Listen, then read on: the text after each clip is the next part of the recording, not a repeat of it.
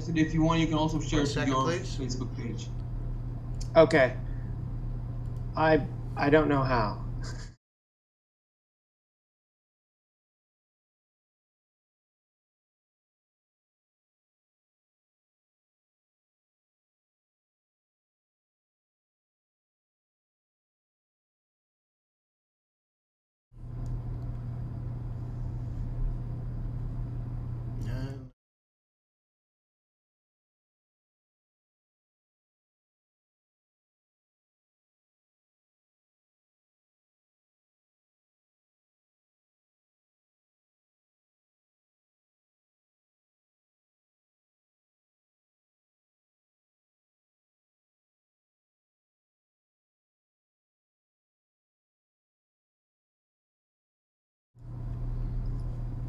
All right, welcome everybody to On the Record, hosted by Dekel Bor and presented by Shure. If you're new to the program, each week Dekel Bor sits down with some of the finest, best, greatest producers, engineers of our time, and talks shop, digging into motivation, technique, and methods, and sometimes all about life. Thanks to Shure for giving us the platform here. And this week we have the great pleasure of welcoming Los Angeles native Cassidy Turbin, 5-time Grammy winner, has worked with Beck, Aloe Blacc, Keyon Harrold, and many, many more. And after the show, I urge you to go to CassidyTurbin.com/discography and take a look at the diversity and the people that this gentleman has worked with. So without further ado, I'm going to switch us over and welcome Mr. Dekel Bor to the room. Dekel.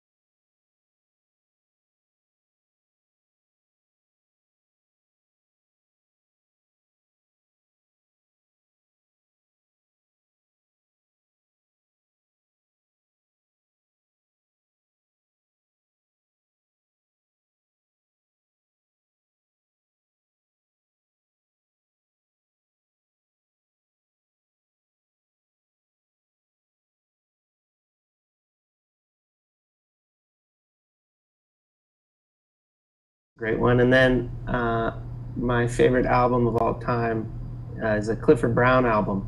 A study in Brown. Study in Brown.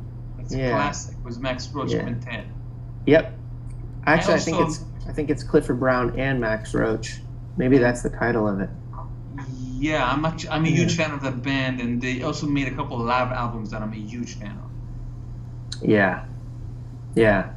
That was the first jazz album I ever heard. My brother was in a vocal choir, and somebody gave him burned a CD of that record and said, "I think you'd like this." And they were sharing music, and my brother at the time was like, "Whoa, this is cool," and he gave me it, and I probably wore that CD out.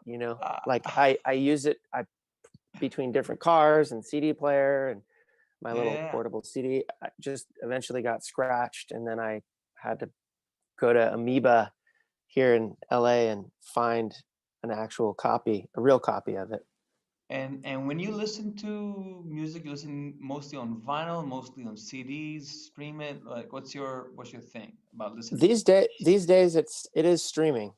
It is streaming. I have a small record collection, uh, but currently my needle got busted somehow. I had a film shoot. Somebody shot something at my house uh, late last year, and somehow I think they used my records and stuff. Because they think it's a good prop Yeah, exactly. for the So feel for the feel of it. yeah, the stylus got damaged. So I just haven't gotten around to getting another one. So Very cool. streaming and CDs. In my car, I like CDs, and then I miss I love the notes. I'm just a big notes guy. oh Uh, yeah, me uh, too. if anyone's checking this out and want to hear some more of the Clifford Brown, I've been discovering an album by Sonny Rollins called Sonny Rollins Plus Four. This Oh Clifford Brown and Max Roach, and it's one of the very few Clifford Brown sideman gigs, and it's kind of like a major, major, major classic. I'll send you a link. wow, cool. Please do. Yeah, I also like that he has an album with Sarah Vaughan Yeah, that's really cool. Some great. yeah, They do Lullaby of Birdland, yeah. That's and an absolute classic. yeah, there's some really great solos on that. So So what was the moment for you where the bug bit you, and music was it for life? I mean, where did it all start? when I was a kid, my brother did, my older brother, his name is Jason. He was a performer. He was in Les Mis. I don't know how to say the full name in French. No one Les knows. Miserables. Les Miserables. Les Miserables. Yeah, so he was in a touring show of that, and Hmm. he danced and sang, and he was a child actor, and so I was always around music at a young age. He had one of those little karaoke machines, and I just always thought it was fun. I just always thought music was fun, and would bang around on things when I was a kid, which eventually turned into playing drums. And so And I don't when think you it ever. play drums, what kind of music? Or are you playing bands and the whole thing? Yeah, well, from the start, when I was 12 or so, I played in a couple bands, and rock bands, a lot of cover bands. That was actually one of the big things for me. Was when I was about 14, I joined a cover band, and everyone else in the band was in their 30s and 40s, and we were doing Beatles, The Police, just classic rock tunes. And being 14 years old, a lot of the music I had never heard before. Ah, Um, you know, my dad listened to Led Zeppelin, and that was like his favorite classic rock band. But other than Led Zeppelin, I didn't really know a ton of, well, the Beatles and Led Zeppelin. Um, but because my musical knowledge was limited to the records he had, I didn't know all Beatles tunes or Zeppelin tunes. So joining a cover band, getting exposed to, four other guys' favorite songs helped me as a musician, like expand my playing and my listening and just my knowledge of music. I don't think I ever really talked about this, but I moved to uh, back from New York to Tel Aviv in 2009-ish. And I was out of a gig for a while. It took me like at least 2, 3 years to start touring internationally from Tel Aviv. And in those 2, 3 years, I played in at least two cover bands. Mm. And man, I learned so much.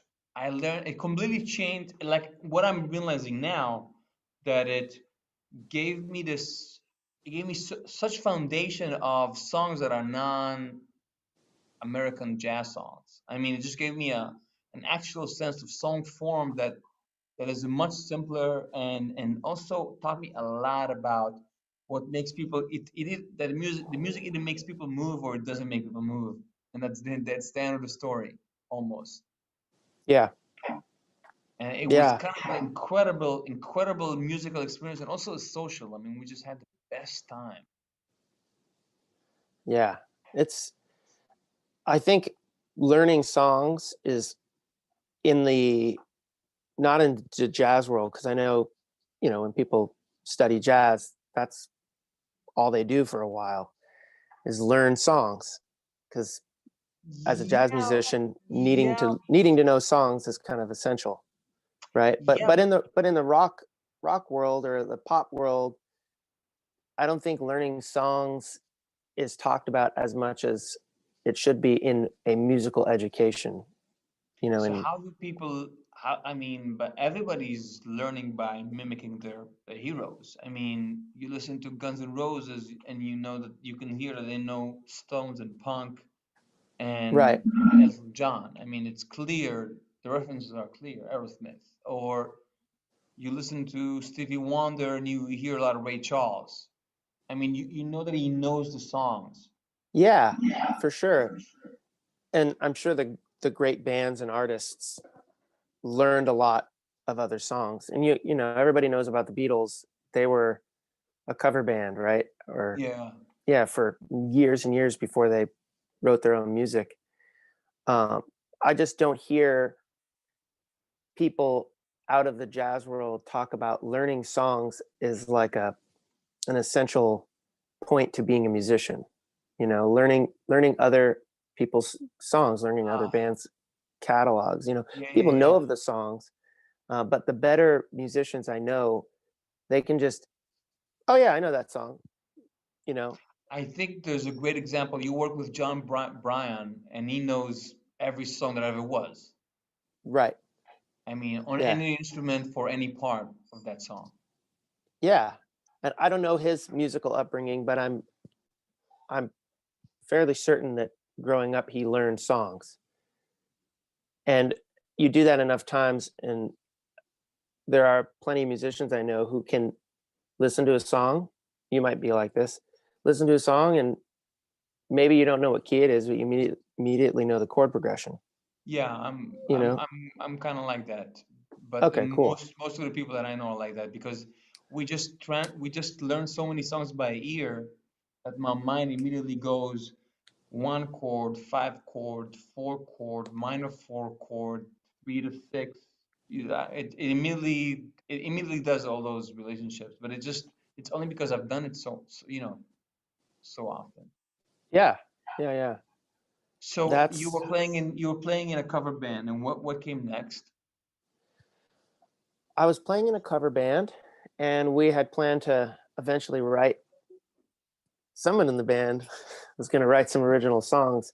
Uh, that never happened, and my older brother had started a band, and he wanted to come back. We were living in Florida. My family was living in Florida at the time, and my brother's band kind of felt like they hit a wall with what they could do as a band in the town we were in. There weren't any venues. There wasn't a music scene, and a lot of his band members, including him, they wanted to move to Los Angeles um, for various reasons, as a band and independently, each of the members. So they moved to Los Angeles, but their drummer didn't want to move to Los Angeles, and I was only 16. And I talked my parents into letting me go out and stay with my brother for the summer and play some shows with him. So I I stayed mean, with him. this has to be the biggest dream anyone could ever have. I mean, you're 16, everybody's older, you're playing gigs, there's girls there. I mean, you're in Hollywood. Yeah, What is there to it? it seemed pretty cool. I had lived in Los Angeles previous to Florida, so I was fairly familiar with what it was like out here. But I got to come and stay with my brother for the summer and play shows, and I just ended up not going back home, or not going back to Florida where my parents and my sister lived. So I just stayed in Los Angeles and continued playing with that band, and eventually we dissolved and got into other things. But That's my And how did and so when was the switch to or when did the avenue of crafting sound came about? yeah. So when we when we were when I had the band with my brother, we had gone into a couple different studios to record, and my brother had actually gone to a school that no longer exists out here that was for recording, and he and a friend of his recorded our first EP. It was a 3 or 4 song EP, and I just remember being so into, oh, why are you putting 2 microphones on that drum, you know? And then we would go and rehearse at our rehearsal studio, and I'd be really interested in how everything hooked up in our little PA system. And I wasn't even 18 years old then, um, but I got really into like miking and such because we were all in the same room and how we had to position ourselves. And that was kind of like the early multi mic thing. When I was younger, I'd record myself playing along to the radio, but that wasn't really rocket science. Yeah, it started with the band and then us trying to record our own demos and our own albums because we didn't have the money to go into a studio, you know? So how do you go from recording your own band with your brother and asking why 2 mics on one to winning 5 Grammys with the greatest Oh, artist alive? I mean, what's the tipping point? I think that well, when I first started working for Beck, my experience in recording was a lot less than maybe people thought, you know? I knew software, I knew how to use some of the digital audio workstations, but I really hadn't done a ton of heavy music production. I hadn't used software instruments and I hadn't used a ton of mics on a drum kit. My previous to that, when I would record drums, it was 4 mics, which can do a great job. There's Yeah, nothing seems wrong with enough. that. Yeah, nothing wrong with that. But when I entered that world, it was it was like a big step into like, okay, here's what's professional and here's what's needed as a professional here. And I was surrounded by, for the first year, another audio engineer who worked for him full time at the same time I did. His name was Dean Nelson. And he had worked for, I don't know, 8 to 10 years for Jack Joseph Puig as his assistant engineer. And so Dean every day would just show me something new. And doing that every day for a year just was kind of like not even kind of, it was a mentor. I had a mentor, and with Beck too, you know. So how many mics are we talking about now Oh, for the drum kit? I anywhere from 3 to 12, but it doesn't matter. It kind So of just were you depends what were you're you going for. starstruck at all? I mean, this is after Beck is already a god when you kind of got into that scene. I mean, it's already after you already put your hands on the wheel and let the golden age begin, as they say. It was interesting because I am a huge Beck fan, and I was a huge Beck fan up until I met him, and he was such a nice, easygoing person that I didn't feel starstruck. You know, I had met some celebrities before then, and they were a little bit aloof at times, and he just treated me like, "Hey, Cass, what's up? How you doing?" And but I'm guessing that there has to be a sensation Oh, of yeah, being no, at the I'll tell you. board and I'll tell you. pressing and he gets at the mic and you hear it right in front of you. No, I I was mean, just gonna say that. Yeah, there was a moment. I want to say like within the first month or two, we tracked a song for a TV show, They wanted like a bluesy tune for a TV show, and he went into the other room where his mic was, and hit record, and he started singing, and I was like, oh, there's that voice that I've heard so many times come through all these records that I love. Yeah. Yeah. And it sounded exactly like that. And that it was a surreal moment. It was I'm sure. definitely a surreal moment. So I Yeah. want to ask you about this. You say that it sounded exactly like that. And I Yeah. almost often get a feeling that, especially being a guitarist, that these guys are not getting exactly what's coming out of my speaker. Oh, So what are we talking about? Are we talking about the correct mic placement, using like for you to get that feeling that it sounds exactly like that, exactly like it's in the room? What are we talking about? Talking about mic placement, mic choice, the right mastering. What's the secret? I think both the first two things you said, mic placement and mic choice, you know, if you're hearing your amp from 10 feet away and that's the sound you want on whatever you're recording, then shoving a mic right up in your grill isn't going to give you that immediate sound of what your amp sounds like from where you're sitting, It's just not. And when you usually record electric guitar, you both close and distance mic it? It really depends. I would say I have more close mic'd electric guitar because that's what we're going after. We're going after that close up speaker, so you can hear the speaker breaking up and all that. But I really do like to, if I am recording a close mic and I can and I have time, to put like a stereo room pair or just another mic further away, and blending that in makes it sound a little more like what you have, what you hear a guitar amp as. Yeah, yeah. You I know? feel the same way, and I also feel the same way about my using condensers between amps, because a lot of people use they mix and match amps, or they use multiple amps, Yeah, and oftentimes what you hear in a room is the mix of both amps in a room. yeah, And I mean, I always feel like the best way to kind of get that is just to use condensers in a room. It's- Yeah, sure, yeah, yeah, definitely. And also, even though a close-up mic on a guitar amp is not what it sounds like in the room, once you've close mic'd a guitar amp, then you have the room that you're listening in, adding room to the speaker. So like yeah. that speaker right there is going to emulate the guitar speaker that I put up a mic, and if I'm 8 feet away from those speakers, it's going to add room in here.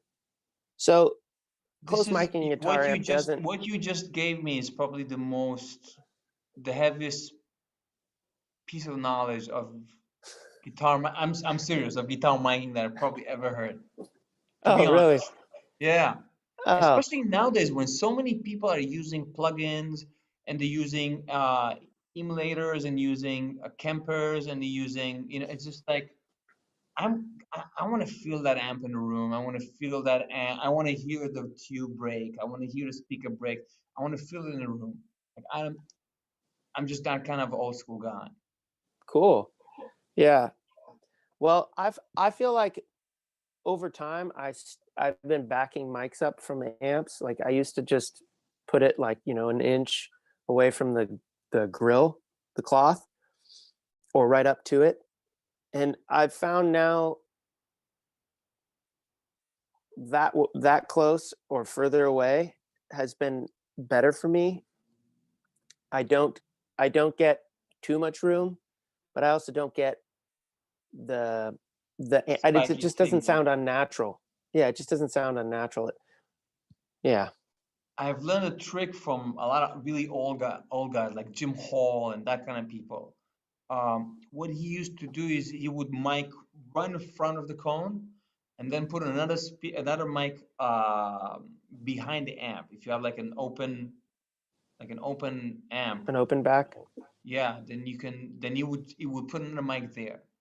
That Hmm. was that taught me so much. It really gets you both the super attitude add it to a dish, one and both the Then the woofier. yeah Yeah. it's an amazing little trick that I kind of got over the years. Cool. I have a little trick. I'm here. Yeah. Hit me. Yeah. Somebody taught me this a while ago, and it takes a little time, so I don't use it when we're in a hurry, But if you have 10, 15 minutes to mic up your amp, you set up your amp, you plug your guitar in. If you're going through pedals, go through your pedal board, and then just leave your guitar sitting plugged in, so you've got your full chain going. And then get your mic just roughly placed, turn up your mic preamp really loud to where if you were to hit that guitar, it would destroy things. So don't even touch the guitar. And then put headphones on in the room where the mic and amp are, and monitor that amp through the mic. It's going to be really loud. You're going to hear like, you're going to hear the amp. And you take your mic and you try to position it about a foot away or so, or a little less. Try to position it and move around the cone to where you have the highest, where you hear the hiss, where you hear the highest high frequency amount. So Okay. you're going and you're hearing like, and you go back to where you hear essentially where you're getting like the high frequencies. Yeah. And then essentially, back the mic up about 8 inches to a foot, and then turn your mic pre back down. And I've found that gives you a really hi-fi guitar sound generally. Yeah. Cool. Because you're like EQing the mic to the speaker. Yeah. Yeah. And sometimes for certain amps that ends up being dead center, but some of them it doesn't. Somehow the highest frequency comes through like just where the cone and the center of the dust cap meets the papery part. This is brilliant, because so many times I go to a studio and the guy just tells me, you want it in the front or in the center, you want more high end or less high end, and it really depends on the amp, the humidity, the volume that you're playing at, the guitar that you're playing. I mean, it's never ending. It's all those little all the cookbooks don't really apply. I mean, you're gonna have to try it for yourself. Exactly. There's no right way to do anything. Exactly. And you just brought up pedal boards, and I almost always try to, mix them in the wrong way. It's almost always the more creative way and the less cliche way. As far as the order of effects, put your reverb before your distortion. Exactly. Or gate it and then put the overdrive, gate it and then put this. I mean, stuff like that will give you like far more interesting effects than. Yeah. Unless you're in the 80s and you want just an overdrive with reverb, which is great too if that's what you're after. Sure.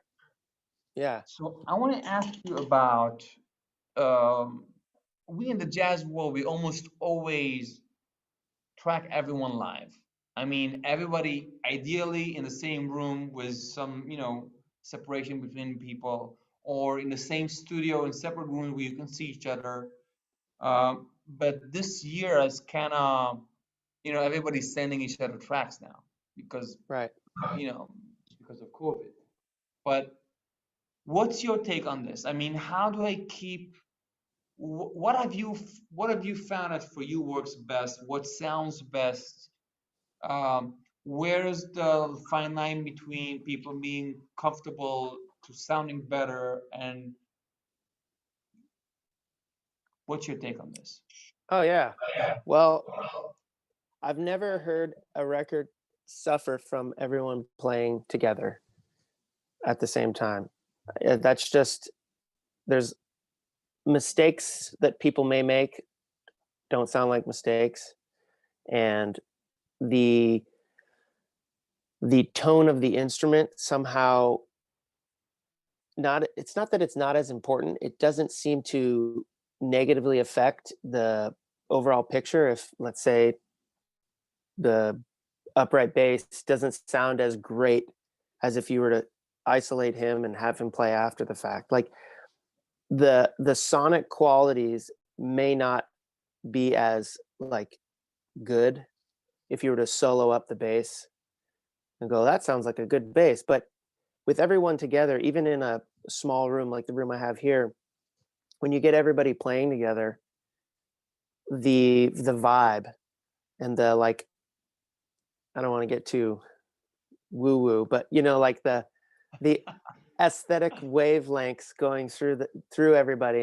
and them collaborating in real time on music seems to beat out any of the tonal things that you would encounter tracking everybody individually, and groove things. So yeah, right now you've got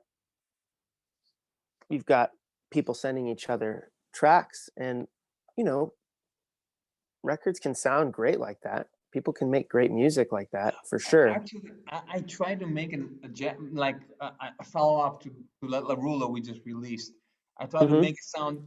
I try to do it that way, and after 3 tracks, we kind of gave up. I mean, it was very clear that for my music, for my guys, for the way we played together, for the way we interact in the studio, you wanted to. It's very hard to do it in a vacuum where you're by yourself with your own computer. It's Yeah, I could see that. it's I could see that with the music you make, and with a lot of other artists and a lot of other types of music. I mean, it's even the fact that I have my own studio and it's a fantastic studio, and I can do as many takes as I want. That Mm-hmm. also I find affect the music negatively. I mean, there's something about being at a separate studio um, when you're on the clock and you have to do Mm. an X amount of tracks or some X amount of songs in X amount of days. There's something about that where the red light goes and it really does go. Yeah, That really kind of focuses everything and bring all the energies together, and everybody kind of rallies up and the music kind of lifts in a way that I yeah, found that when I'm sending people tracks or myself, or it's just kind of not the same. sure. And you don't have all those visual cues too, whether it's a facial expression or Yeah. something like that. I mean, And pop also, music's been made for the last 20 years, not live for the most part, like mainstream pop music. That but was I'm that's guessing the half of stuff it's you fake instruments and stuff like that, or software instruments. So that stuff can still go on. That stuff's but can still be made that way. I'm guessing that the stuff you did with Beck, it sounds live to me. A lot of the rhythm section stuff is, yeah. Yeah, he would do bass, drums, keys, acoustic guitar, and electric guitar Yeah, live. that Yeah, I can hear that. yeah. I mean, I think he prefers that when he can, when it's that instrumentation. Of course, his last record, or his last 2 records, don't have as much of that vibe. It's a different direction Yeah, somewhat. it's a different direction. So that's more, I would say that's more pop music, And pop music can mean anything now, but it's not an acoustic based, uh I don't know. I guess even Morning Phase could be considered pop by some, but I don't consider that pop In a music. good in a healthy world, it is. But Yeah. so what you usually do is you have everyone in the same live room. I mean, all the whole band. When I'm at my place and we're doing a band, I I always vouch for that. I always say we're going to get a better result. And people bring up concerns like, oh well, I'm going to get like some drums in my guitar mics, or I'm gonna Hopefully. yeah, that's the thing. Or oh my gosh, there's gonna like the piano is gonna have so much drums in it, and it's like, okay, cool. Yeah. Well, we'll record it until the song sounds good and everyone's happy with their part. And it doesn't So matter. It doesn't matter if there's drums in the and you use piano mics. and you use baffle between instruments, like if there's an upright bass or it's a piano or a saxophone. Yeah. Yeah, I have some baffles. I'm actually probably going to take this COVID time to build Some myself to build some big ones with a window in them. nice. Because the ones I have work pretty well, but I can't get the drums to not travel out further. I can get things. I can put a like a horn player, for instance, behind a baffle that I have, but I can't. I would rather the horn players be out in the open and the drums be baffled off, so that if I wanted a more dead drum sound, I could get that and still get the horn and some room sound from some room mics. So if we're already talking about room mics and just specifics, what are your favorites for vocals, favorites for acoustic guitar? Like, Oh, well, let's see. I mean, my favorites are maybe always not mics that I have, but I have here a C12, an AKG C12 that was custom modified by a guy named Klaus Hein, and it's an incredible mic for acoustic guitar and vocal. when you mic an acoustic guitar, you usually try to mic it in a small room, in a big room. Like, Well, what's I might get in this room and behind us. I don't think you can see it. Oh, right, cool. It's about maybe about 20 feet by like 16, 18 feet wide. But my I room is always, I very always, I always been a fan of acoustic guitars in very small rooms. It okay. always kind of sounds best to me. Okay, cool. Yeah, this room is very dead sounding. So in some ways it's great, and then in some ways it's not great. So like for acoustic guitar, Yeah. I can have the mic this close versus this close, and the only real difference is I get more low end if I bring it closer. I don't get more room if I back the mic up. But then again, if I put a room mic 15 feet away from the drum kit, it sounds like it's 6 feet away from the drum kit. Yeah, I don't have a ton of room sound in there. I see. Yeah, but yeah, this when recording acoustic guitar mono, I like to do a large diaphragm, and then if doing stereo, two small diaphragm mics work really well, one higher and one lower, or right next to each Are other. we talking about horizontally or are we talking about vertically? Oh, either way, you can get good. I've had good results. One low and one high, like one behind where your hand would be, and then one in between where your hands are. And then there's also a cool thing where you can put, if like this was the guitar neck, right, or the guitar, you could put one mic with the diaphragm facing down and one with it kind of facing up. So you've got like not even a left and a right, but you've got like a higher string and a lower string Wow. stereo. Yeah. That's the first time I hear about this because I A have people friend that a do. friend of mine a friend of mine told me about that, and I tried it. A friend of mine named Travis Warner. And I've tried it since then, and I thought, whoa, this is really cool, because you don't get like a really wide stereo thing like you would with that, but you get a different tone with each one of them. You can keep them centered if you want, or you can barely pan them, Wow, wow, wow, or you wow, can wow. This is or you can great. wide pan them. Yeah, it's cool. And favorite preamps for acoustic guitars, for vocals? Oh, I don't really have even though I'm an audio engineer, I'm not like a strickler or a stickler. I don't know the word. Stickler, yeah. not a stickler Let me for. teach you some English. Yeah, You know, thank you. the way we speak it in Tel Aviv. Yeah, is it stickler?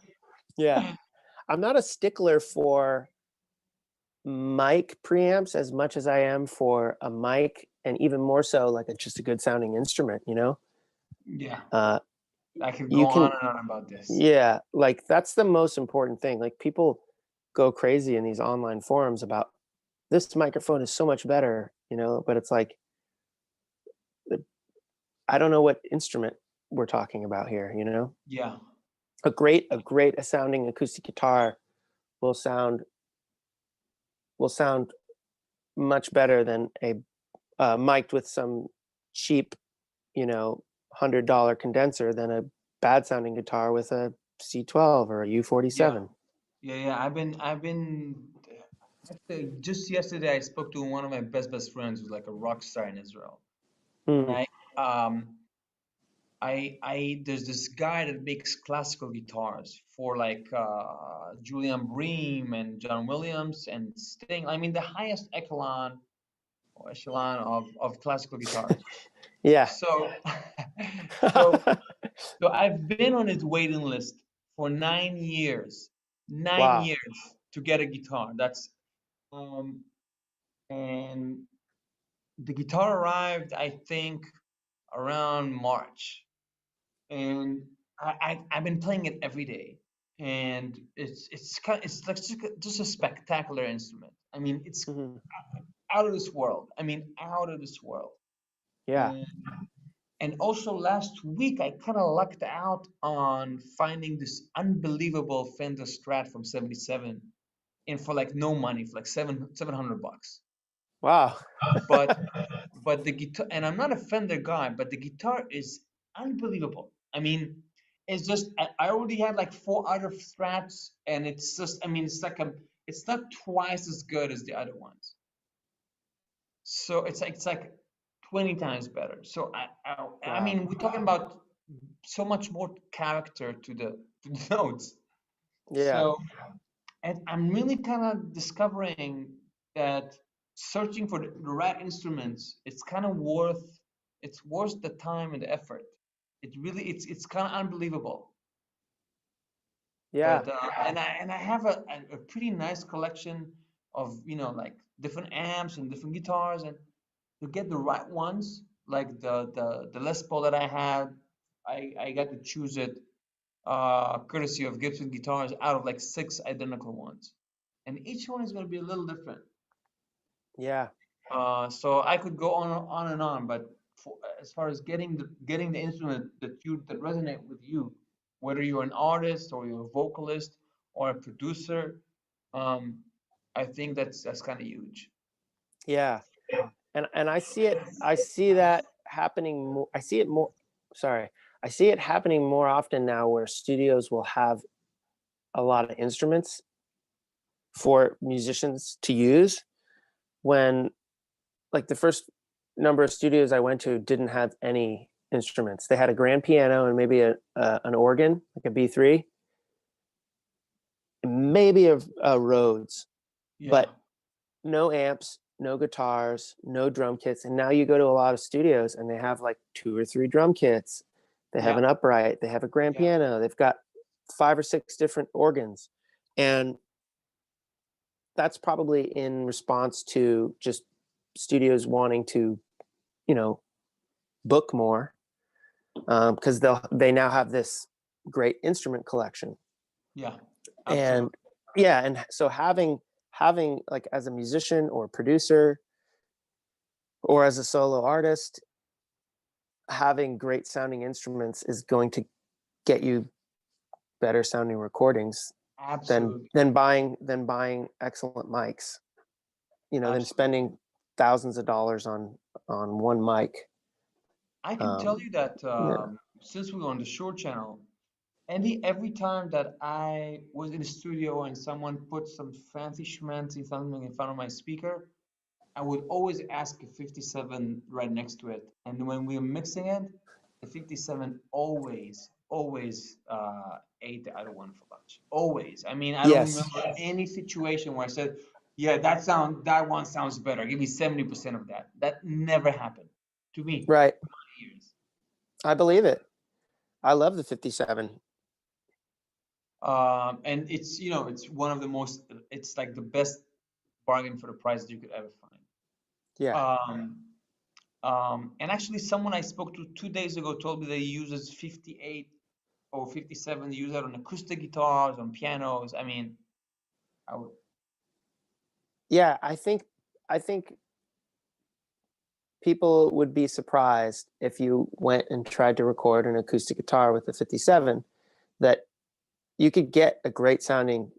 If you have a great sounding acoustic guitar and you use a 57 right where you would use a fancy schmancy mic, as we're calling them, I think you'd be really surprised at how good it actually sounds. Yeah, People absolutely. just shy away from it because they don't see pictures of people using those on acoustic guitar, Exactly. but they're Exactly. an incredibly useful microphone. So, last question for the day. Oh, sure. If there's what would be your dream gig as far as producing an album? I mean, people that you think that I think, well, I love jazz first and foremost. you're I already think, hired. ugh, I think a dream gig for me would be to produce and engineer like a nonette of some sort that I could put together my favorite drummer, bassist, horn players, and it would be a collaborative effort between the players, some of each one's original tunes, and we just spend a couple weeks recording and no rush and just get cool sounds, and everything is live, no overdubs. That sounds You unbelievable. know, yeah, that would be my dream. That sounds unbelievable. You know, That's a dream yeah, that we can. That's a dream that we can. We can make a reality someday. yeah, Let's get this COVID year behind us, please. and we'll Yes. take it from there. So, Cassidy, thanks so much for joining. Man, I learned so much from you today. I can't thank you enough. Thanks so Oh, much for you're coming. welcome. Yeah. And anyone who's watching, like Lewis said, go to Cassidy's website to learn more about his work. My album Let Love Rule is out on Rope-a-Dope. It's in consideration for 4 Grammys. It's I'd really love for you good. to check it out. Thank you. Yeah. And we'll see you guys next week. So tune in and keep in touch, and we'll see you soon. Stay safe. Bye bye.